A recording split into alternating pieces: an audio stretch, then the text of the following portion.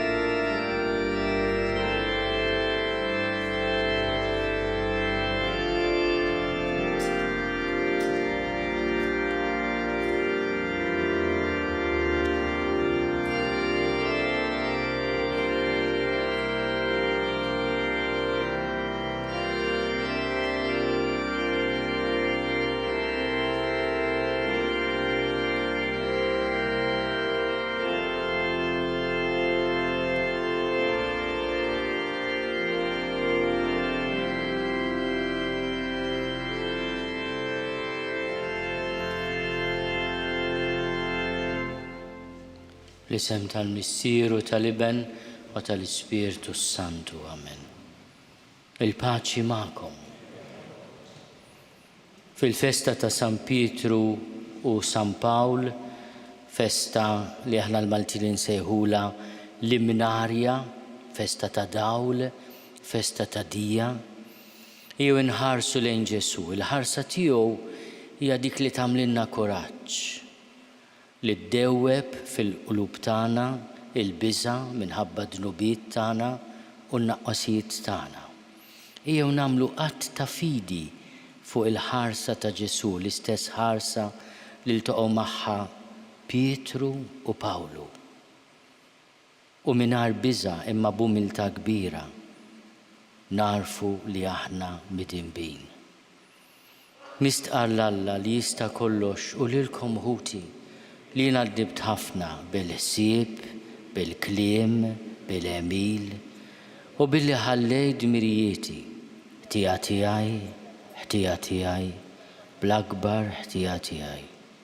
Għalhekk nitlob lill-Imqazza Marija dejjem Verġni, lill-Anġlu l-Qaddisin kollha u lilkom ħuti biex titolbu għalija lill-mulej Alla tagħna. Jeħenna lina Alla li jista' kollox jaħfrinna dnubietna u jwassalna għal ħajja ta' dejjem.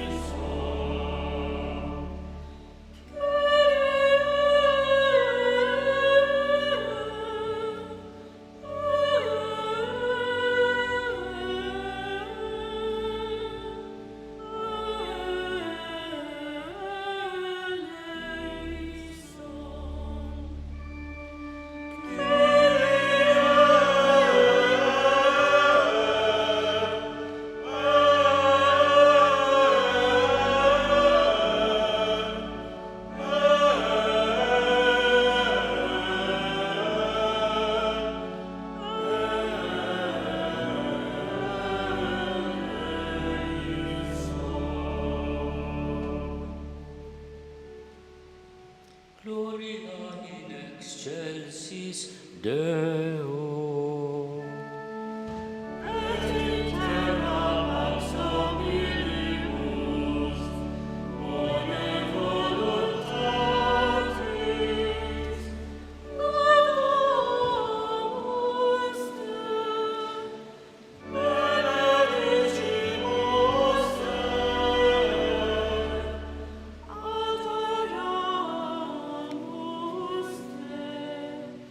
Glorifica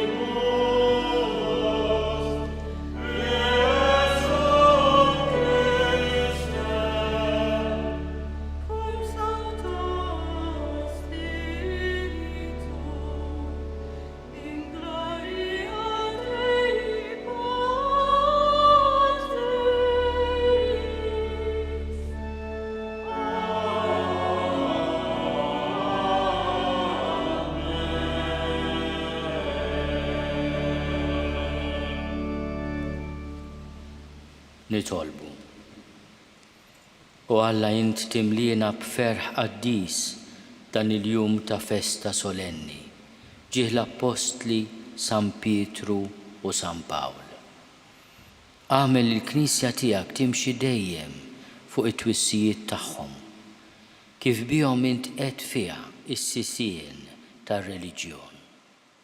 Bibnek Ġesu Kristu Sidna li hu Alla u miegħek jgħixu jsaltan flimkien mal-Ispiritu Santu għal dejjem ta' dejjem.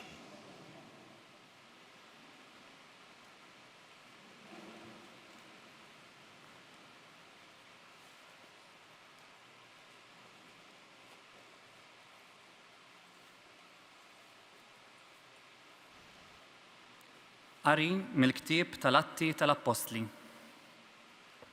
Għal-ħabta ta' dak iż-żmien, is-Sultan Erodi mettidu fuq xi wħud mill-Knisja biex jaħqarhom. Huwa qabad lil ġagbu ħu Ġwanni u qatalu rasu. Imbagħad, meta ra li dan oġob lil Lut, qabad lil Pietru wkoll. Dan kien fi żmien il-festa tal-Għażmi. Meta arrestaħ u tefgħu il-ħabs, bagħat 4 gruppi ta' 4 soldati kull wieħed biex joqogħdu qassa tiegħu, bil-ħsieb li wara lajt iressqu quddiem il-poplu. Pietru mela kien arrestat fil-ħabs bil-qassa miegħu. Fl-istess ħin, il-Knisja kienet qiegħda titlob lil Alla għalih bil-ħerqa. Fil-lejl stess ta' qabel ma Erodi kellu joħroġ lil Pietru, dan kien rieqed bejn żewġ soldati marbut b'żewġ ktajjen. U kien hemm qases oħra mal-bib tal-ħabs. F'daqqa waħda tfaċċa anġlu tal-mulej u dawl idda mal-kamra. L-anġlu ta' daqqa lil Pietru fuq ġenbu, qajmu u qallu: qum malajr. U l-ktajjen waqgħu minn ma' jdejh. Imbagħad l-anġlu qallu: tħażżem u ilbes il-qorq. U Pietru hekk għamel u reġa' qallu: dawwar il-mantar miegħek u ejja warajja. Pietru ħareġ u mar warajh, bla ma ntebaħ li dak li kien qiegħed jiġri permezz tal-anġlu kien veru. Stħajjel li kienet ħolma. Għaddew l-ewwel qassa u t-tieni wkoll u waslu ħdejn il-bib tal-ħadid li kien jagħti għall-belt u dan infetaħ waħdu. Ħarġu u mxew triq flimkien meta f'daqqa waħda l-anġlu telaq minn ħdejh. Imbagħad Pietru ġie ftiegħu u qal: issa naf tassew li l-mulej bat l-anġlu tiegħu u ħelisni minn id Erodi u minn dak kollu li l-Lut kienu qegħdin jistennew li jsir. Il-kelma tal-mulej.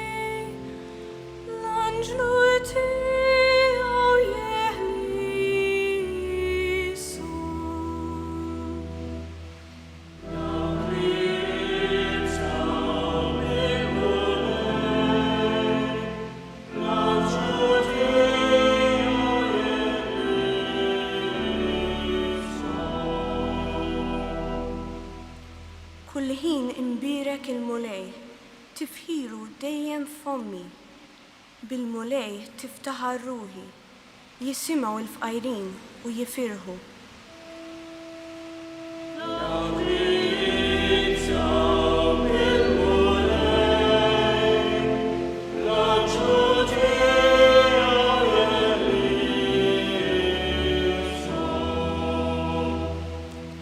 Kabru l-mulej miegħi. U nollu ismu fl-imkien.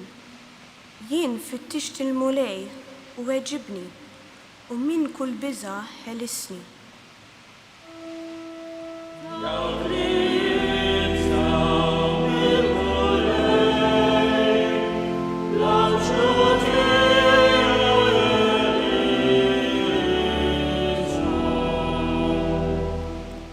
Ħarsu leħ u tiddu bil-ferħ u wiċkom ma jistħix.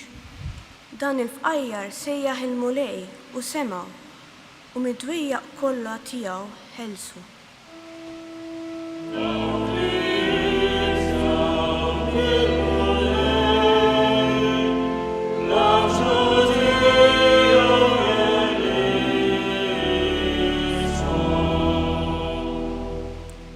L-anġlu tal-mulej jammar madwar dawk li jibżgħu minnu u jeħlishom.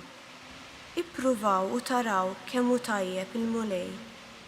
Ħin il-bniedem li jistkenn fih.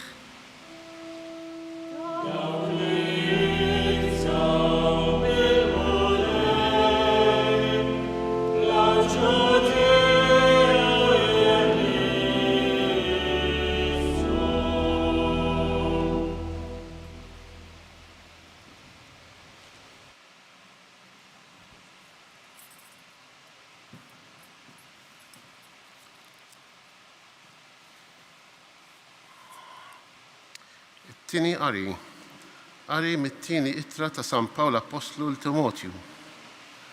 Ngħid għalija demmi ġa xerret b'xagrifiċċju u żmien ta' tluq tiegħi wasal. Tbagħt it-taqbida t-tajba, temmejt il-ġirja, ħarist il-fidi. Mill-bqija hemm merfuqa għalija l-kuruna tal-ġustizzja li biha f'dak il-jum jeħlisni il-mulej li mħallef il-ġust. U mhux li biss, imma wkoll il-daw kollha li jkunu għexu bl-imħabba tad-dera tiegħu. Imma l-mulej waqaf miegħi u tani l-qawwa biex bis-saħħa tiegħi il-kelma tixxandar sal-aħħar u l-ġnus kollha jisimgħuha. Hekk jien sajt il-meħlus mill-ħaq il-liljun. Il-mulej ħelisni minn kull deni u ħalisni sama nasal fis-saltna tiegħu tas-sema. Glorja lilu għal dejjem ta' dejjem. Amen. Il-kelma tal-mulej.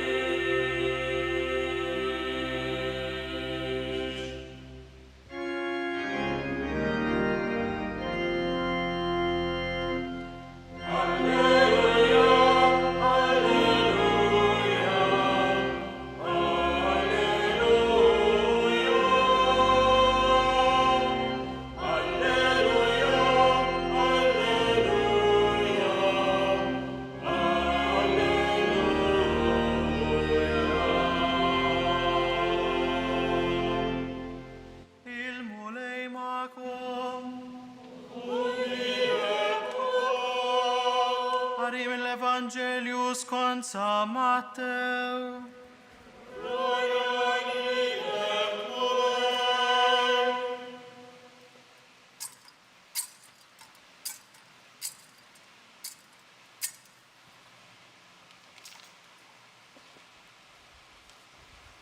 F'dak iż-żmien, meta wasal fl-inħawi ta' Ċesarija ta' Filippu, Ġesus staqsa lid-dixxipli tiegħu u qalilhom: In-nies min jgħidu li hu bin il-bniedem?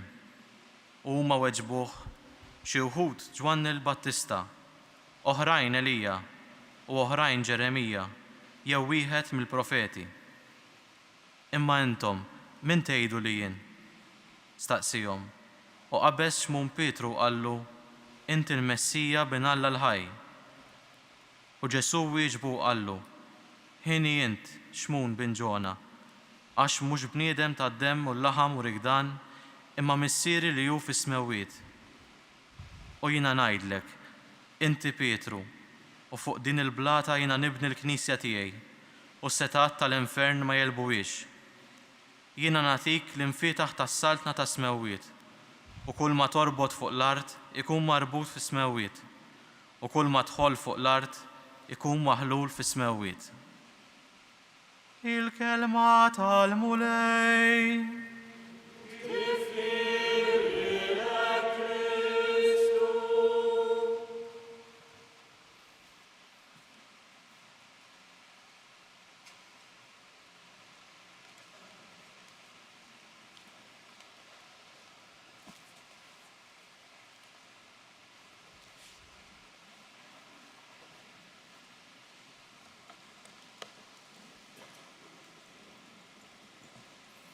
Issa naf tassew li l-mulej bat l-anġlu tiegħu u ħelisni minit Erodi u minn dak kollu li l-Lut kienu qegħdin jistennew li jsir. Dan huna l-kliem ta' San Pietru meta jirrealizza li l-ħelsin tiegħu mill-ħabs ma kinitx ħolma imma realtà. Issa naf tassew li l-mulej bat l-anġlu tiegħu u ħelisni.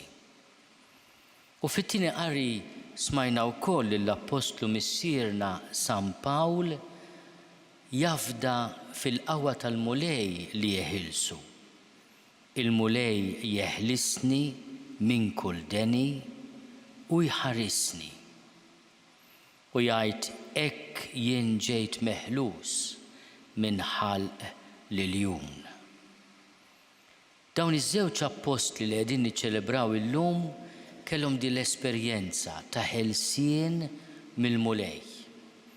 Għaddew minn momenti ta' umiljazzjoni, ta' djufija, ta' disprezz minn ħaddieħor. Imma it-tama tagħhom talmu ipoġġuha fil-mulej. Il-qari tal-lum jaqadhom f'din il-ħaġa, f'din l-esperjenza ta' djufija tagħhom, imma wkoll l-esperjenza straordinarja tal-mulej bħala Salvatur, il-mulej ħellies. Jekk Pietru jgħaddi mill-ħabs fiżiku u ikollu jgħaddi minnu għal diversi jiem, ma jitgħallem jorqod ukoll fil-ħabs. Jiena tolqotni l-fatt li l-anġlu isib lil Pietru rieqed. Ġemen bniedem li jkun qed jinkwieta ma jkunx jista' jorqod. Pietru neħħa l-ħżiem, neħħa l-qorq, kien rieqed. Donnu anke fid-djufija l-umiljazzjoni il-ħabs tiegħu kien seren. Ma sibx li ma kienx inkwetat, għaliex li l-ġagbu kien jaf li qatawlu rasu. Min jaf x'kienet jaħseb li se jiġri minn fuqu. U wara żmien fil-ħabs, il-Knisja qiegħda titlob għalih. Il-mulej intervjeni u jeħilsu. San Pawl jitkellem dwar sitwazzjonijiet differenti. Jitkellem dwar il-mulej li jaqaf miegħu, li jagħtih il-qawwa. U għaliex biex ikompli l-missjoni tiegħu. Hekk jien ġejt meħlus minn ħalq lill-jum. Il-mulej jeħlisni minn kull deni u jħarisni. U aħna nistaqsu lil xulxin imma qed niċċelebraw il-mewt tagħhom. Il-mewt tagħhom hija mewt krudili. Ġrat taħt il-qilla tal-imperatur Neruni u l-persekuzzjoni li jagħmel kontra l-insara. Pietru ġie msallab fil-ġonna Vatikani li kellu Neruni u li kien jużhom għad-divertiment tiegħu. Pawlu li kien ċittadin Ruman għatawlu rasu. It-tnejn ġew ikkundannati għax kienu qegħdin ixandru lil Ġesu. Il-mewt tagħhom taqadhom flimkien u nistaqsu lil xulxin fejn kien Alla fil-mewt tagħhom. Il-mulej li ħeles lil Pietru mill-ħabs f'Ġerusalem ma setax jeħilsu mill-martirju u Pawlu li ħeles mill-lar għal darba darbtejn tlieta li għadda wkoll mill-ħabs li kienu wkoll perswas li l-mulej jeħilsu minn ħalq lill-jum. Il-mulej ma setax jevitalu din il-kundanna ħarxa li jaqtawlu rasu dejn it-trefontane. Forsi nutli nagħmlu din il-mistoqsija lill-mulej. Hemm it-tradizzjoni antika li Pietru rid jaħrab mir-Ruma x'aktarx fuq l-insistenza tal-komunità biex jaħrab mill-persekuzzjoni u jiltaqa' ma' Ġesu u jgħidlu mulej fejn sejjer? Quo vadis? Fejn sejjer? U jgħidlu jien sejjer Ruma biex nerġa' nissallab. U Pietru jifhem li l-mulej tisejjaħlu biex bħalma kien qallu imur fejn ma jixtieqx, iħażmuh u hekk jurih il-mewt li bih kellu jagħti glorja lil Alla. Pawlu seta' jibqa' Ġerusalem bħala ċittadin liberu. Fettillu jiddeċidi li l-imperatur kellu jaqta' l-kawża tiegħu u beda vjaġġ lejn Ruma ħabsi tal-imperatur. Il-vjaġġ li waslu anke fostna. Għax Pawlu wasal fostna ħabsi sejjer biex jiġi ġudikat mill-imperatur. Iċ-ċenturjun Ġulju li kellu ħsieb il-ħabsin rid isalva l-Pawlu u birriħa tiegħu salva wkoll il-275 sħabu li kienu fuq il-ġifen. Aħna trattajnieh tajjeb il-Pawlu fil-vjaġġ tiegħu lejn Ruma, għamel 3 xhur fostna, ma tajjeb nifmu li fostna Pawlu ġie bħala ħabsi fit-triq tiegħu lejn esperjenza li wara 3 snin jipriedka imma xorta bl-ħassa miegħu dejn il-kwartier Ludi ta' Ruma, il-kwartier Regola fejn hemm knisja li tfakkar id-dar fejn kien jgħix Pawlu. San Pawlo alla Regola, wara 3 snin imbagħad l-udjenza ma' Neruni ma tantx marret tajjeb u ġie kkundannata għal mewt. Ġesu iħares lejn Pietru.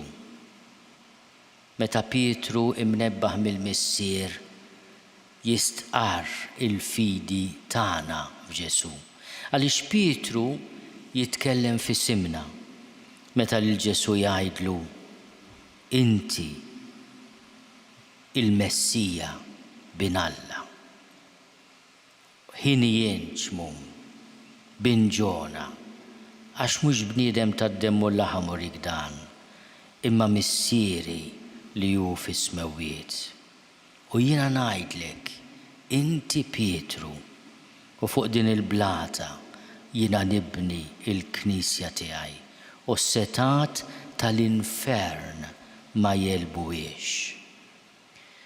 U jagħti lill-Knisja l-infietaħ tas-saltna l-qawwa li teħles. Mela l-esperjenza li għaddew minna Pietru u Pawlu tgħaddi wkoll fina fostna bil-qawwa li Ġesu il-mulej ta' lill-Knisja tiegħu permezz ta' Pietru u s-suċċessuri tiegħu, il-papiet permezz tal-isfijiet tal-Knisja, permezz tal-poplu qaddis ta' Alla. Li f'Pietru jirċievi din il-qawwa li jeħles.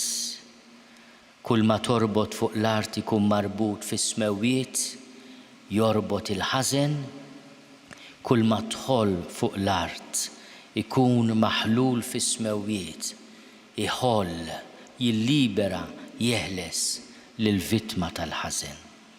U allura din l-esperjenza li aħna qegħdin ukoll niċċelebraw tgħaddi mill-apostli lill-komunità tagħna. Inti il-Messija, inti Pietru. Illum m'hemmx biss l-istqarrija ta' Pietru f'Ġesu, imma wkoll il-konferma l-istqarrija ta' Ġesu f'Pietru. U aħna unifirħu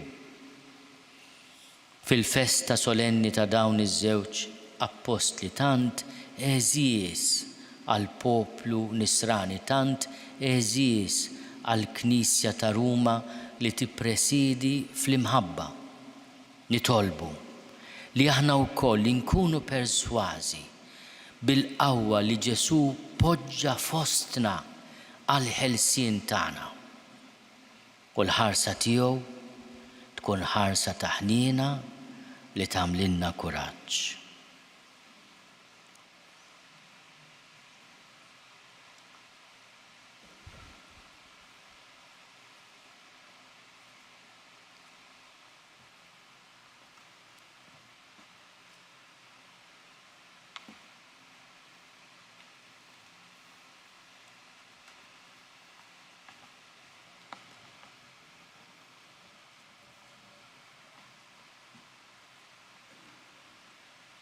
Jina nemmen falla wieħed il-Missier li jista' kollox, li ħalaq is-sema u l-art, dak kullu li jidher u dak li ma jidirx. U f'mulej wieħed Ġesu Kristu, iben waħdini ta' Alla, imnissel minn Missier qabel kull żmien. Alla minn Alla, dawl minn dawl, Alla veru minn Alla veru. Imnissel mhux magħmul, natura waħda mal-Missier u bih sar kollox. Niżel mis-smewiet għalina l-bnedmin u għal-fidwa tagħna u ħal-ġisem bis-seta tal-Ispiritu Santu minn Marija Verġni u sar bniedem. Salbu ħalina bata taħt Ponzju Pilatu, mietu difnuh u fit-tielet jum qam minn bejn l-imwiet skont il-kotba mqazza u tela s-sema u qiegħed fuq il-lemin tal-Missier. U għandu jerġa' jiġi bil-glorja biex jagħmel ħaq mill-ħajjin u mill-mejtin u s-saltna tiegħu ma jkollix tmiem. U fl-Ispiritu Santu mulej li jagħti l-ħajja li ġej mill-Missier u mill-Iben li hu meqjum mweġġa' flimkien mal-Missier u mal-Iben u li tkellem b'fomm il-profeti.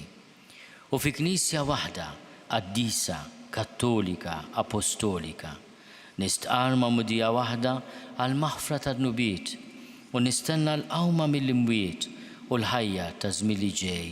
Amen. Missier, aħna niċċelebraw il-festa solenni fġieħ San Pietru u San Pawl. Nitolbuk tkattar fina l-fidi biex it-talb li nagħmlulek ikun imnebbaħ mill-Ispirtu tiegħek li jaf aktar minna x'inhu taġid għalina. Saħħaħ il-Knisja fil-fidi fik biex kull ma twettaq jibda fik u fik jintemm u tibqa' dejjem mibnija fuq is-sisien sodi tal-Apostli San Pietru u San Pawl. Nitolbu. Ismana nitolbuk mulej. Żomm taħt il-ħarsin tiegħek il-Maltin kollha biex jożżu dejjem il-fidi li waslilna San Pawl missierna u jgħixuha bil-fedeltà kollha f'kull qasam ta' ħajjithom. Nitolbu. Ismana nitolbuk mulej. Kun ma' dawk kollha li waslu l-kelma tiegħek lit-tfal u żgħażagħ biex fuq l-eżempju ta' San Pietru jgħinihom isiru jafuk u jħobbuk. Nitolbu. Ismana nitolbuk mulej. Bierek il-familji kollha tagħna biex jissaħħu dejjem iżjed fuq it-tagħlim tal-Apostli. Nitolbu. Ismana nitolbuk mulej. Għin lil dawk li m'għadhomx jipprattikaw il-fidi tagħhom biex iduqu l-ħlewwa tal-fiduċja fik u jerġgħu lura fi ħdanek. Nitolbu. Ismaħna nitolbuk mulej. Missier fidili l-qadawn it-talbit tagħna u għat-talb ta' San Pietru u San Pawl għajna ninaqdu iżjed miegħek fil-fidi u fl-imħabba. Aħna nittamaw li qed ngħixu miegħek fil-ħajja ta' dejjem. bi Kristu sidna.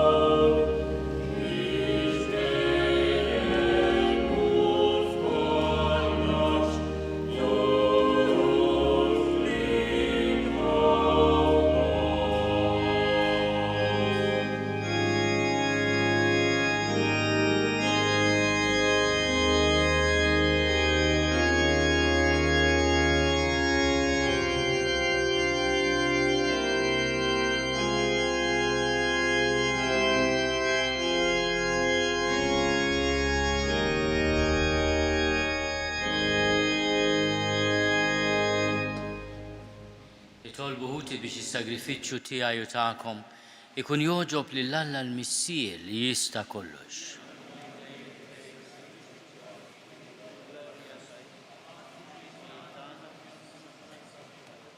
Għamel mulej li t-talb tal-Apostli San Pietru u San Pawl iwassal quddiemek dawn l-offerti li aħna ġibna biex nikkonsagrawhom lill-ismek. U bl-istess talb ikollna l-għajnuna biex niċċelebraw dan is-sagrifiċċju bħala għaddejja fidili tiegħek bi Kristu sidna. Il-mulej magħkom. Nerfgħu qlubna l fuq. Niżoħaj lill-mulej Alla tagħna. Sewwa b'xieraq tas-sew, mulej missier qaddis, Alla ta' dejjem li tista' kollox. Tajjeb u taġi tas-salvazzjoni tagħna li dejjem u kullimkien inrodulek ħajr. Għax int oġbok timlina bil-ferħ bl-apostli tiegħek San Pietru u San Pawl. Pietru il-mexxej ewlieni fl-istqarrija tal-fidi, Pawlu li mallem għaref fit-tifsir tagħha. Wieħed waqqaf il-Knisja tal-bidu mill-fdal ta' Iżrael li ħorxerret l-erf tiegħu fost il-ġnus u mexxihom lejn il-fidi li għaliha sejjaħtilhom. Hekk flimkien kull wieħed skont il-pjan tiegħu ġemgħu familja waħda ta' Kristu u baqgħu flimkien sa fir-rebħa tal-martirju u fil-ġieħ lid-dinja kollha tagħtihom. Għalhekk mal-qaddisin u l-anġli kollha infaħru u ntennulek bla għeda.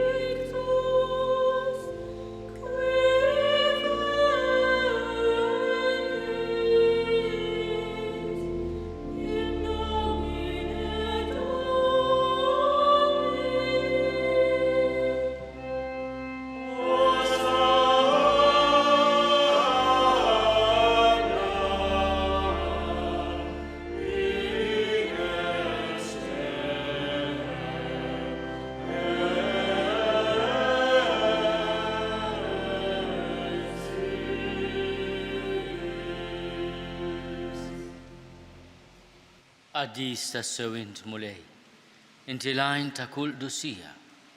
Qaddis għalek nitolbuk dawn l-offerti bil-barka tal-Ispirtu tiegħek biex isiru għalina il-ġisem u d-dem ta' Sidna Ġesu Kristu.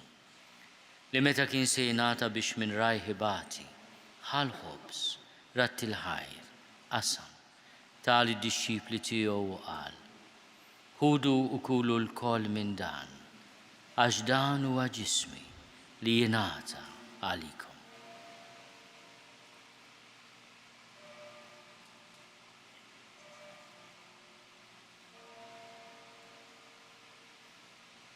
Ek ukoll wara l-ikla ħal-kalċi reġa' ratti l-ħajr, tali d-disċipli tiegħu u qal: ħudu u jxorbu minnu l-koll, għax dan huwa l-kalċi ta' demmi tal-patt il-ġdid li jibqa' għal dejjem. Id-demm li jxerret għalikom u għal-bnedmin kollha għal-maħfra ta' dnubiet. Għamlu dan b'tifkira tiegħek.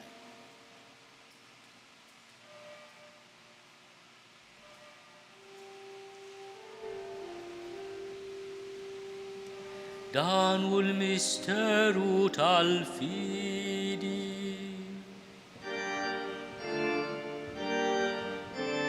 Kull darba li nidlu tal-ħobt u nixorbu tal-kalċi, inħabru b'tiegħek mulej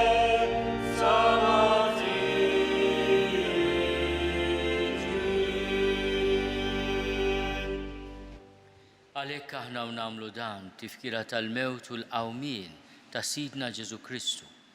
Nofrulek mulej il-ħobs tal-ħajja u l-kalċi tas-salvazzjoni. U nrodulek ħajra xogħbok tilqana hawn quddiemek biex naqduk.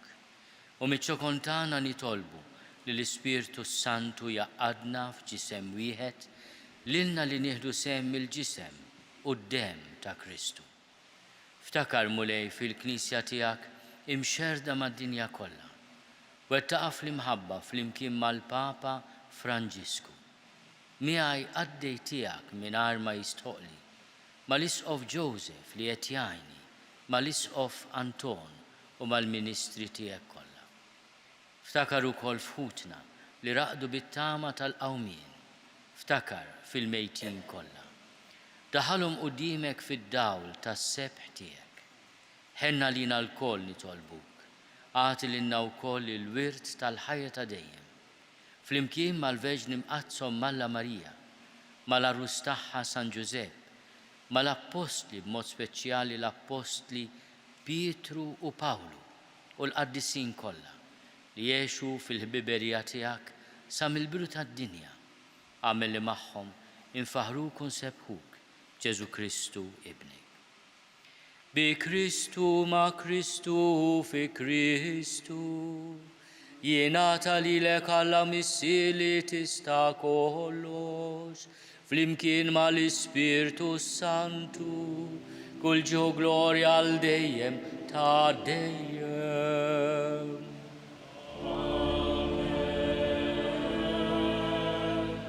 Ejjew nitolbu kif għallimna u rridna nagħmlu l-liben ta' Alla Ġesu għas-salvazzjoni tagħna. Missierna li inti fis-smowwiet jitqaddes ismek tiġi saltnatek, ikun li trid int kif is-sema hekk fl-art. Ħobżna ta' kuljum għatina llum, aħfrinna dnubietna bħalma naħfru lil minu ħati għalina. La ddaħħalniex fit-tiġrib iżda eħlisna mid-deni. Eħlisna nitolbuk mulej minn kull deni. Għatina fit-tiebu ħlina tiegħek il-paċi fi żmienna biex inkunu ħielsa dejjem mid-dnub u mħarsa minn kull inkwiet. Aħna nistennew nittamaw ilena u l-miġja tas-Salvatur tagħna Ġesu Kristu. Mulej Ġesu Kristu li għadt lill-Apostli tiegħek: inħallilkom is-sliem, nagħtikom is-sliem tiegħi. La tħares lejn nubietna, iżda ħares lejn il-fidi tal-Knisja tiegħek. Għatija slimu laqda li int trid fiha, int li tgħixu s-saltan għal dejjem ta' dejjem. Il-paċi tal-mulej tkun dejjem magħkom. Ħatu l-paċi lil xulxin.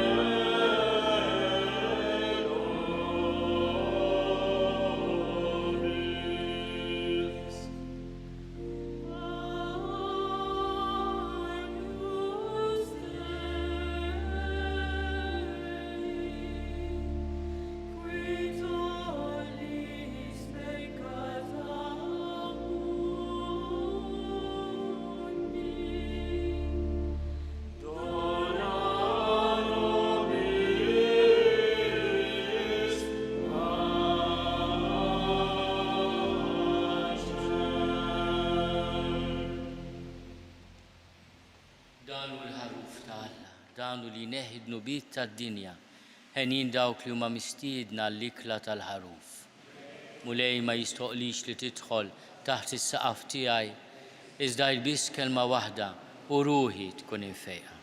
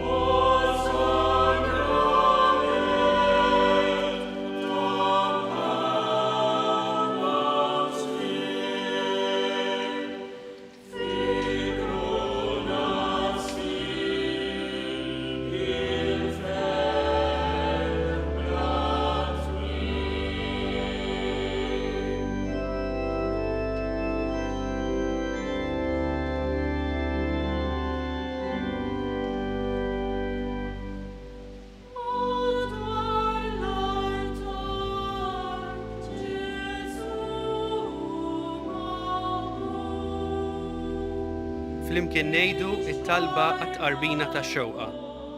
Ġesu, jiena nemmen li inti tinsab ta' bilħaq fis-sagrament tal-Ewkaristija. Irrid inħobbok fuq kollox u fuq kulħadd. Inti taf li nixtieq nirċevik ġewwa fija. Imma ġala darba bħalissa ma nistax nilqek ġewwa fija sagramentalment, nitolbok li tiġi fija spiritwalment. Ejja għandi, Ġesu tiegħi, biex jiena niġi għandek. Ħeġġiġni bl-imħabba għalik, biex f'ħajti u f'mawti jiena nemmen fik, nitma fik, u nibqa' nħobbok għal dejjem.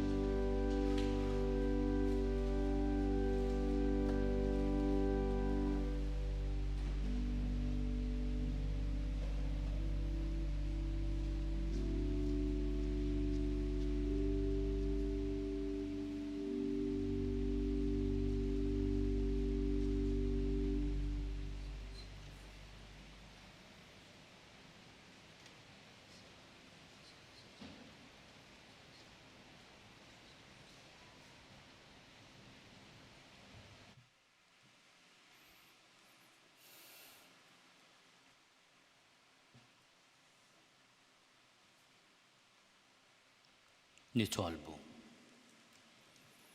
Issa li ħadna qawwa ġdida f'dan is-sagrament, nitolbuk mulej li ngħaddu ħajjitna fil-Knisja hekk li nitwettqu dejjem fl-imħabba tiegħek. U nżommu sħiħ qalb waħda u ruħ waħda bejnietna, maqudin fil-qsim tal-ħobs u t-tagħlim tal-Apostli bi Kristu Sidna. Il-Papa Franġisku talabna biex nitolbu ħafna lih illum il-festa tal-Apostli San Pietru San Pawl li huma wkoll il-patruni tal-Knisja f'Ruma, il-Papa għall-Isqof ta' Ruma, u għalhekk nippruvaw din il-ġurnata nofruha għaqdusija tiegħu il-Papa. U niftakru wkoll fil-Papa Emeritu Benedittu li llum jala 70 sena saċerdot. Nitolbu għalhekk għall-Papa Franġisku u għall-Papa Emeritu Benedittu.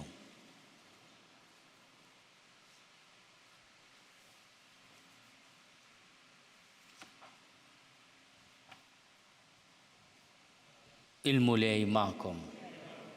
Iberikkom Alla li jista' kollox li waqqafkom fuq l-istqarrija qawwija ta' San Pietru u biha bniekom fuq il-blata tal-fidi tal-Knisja.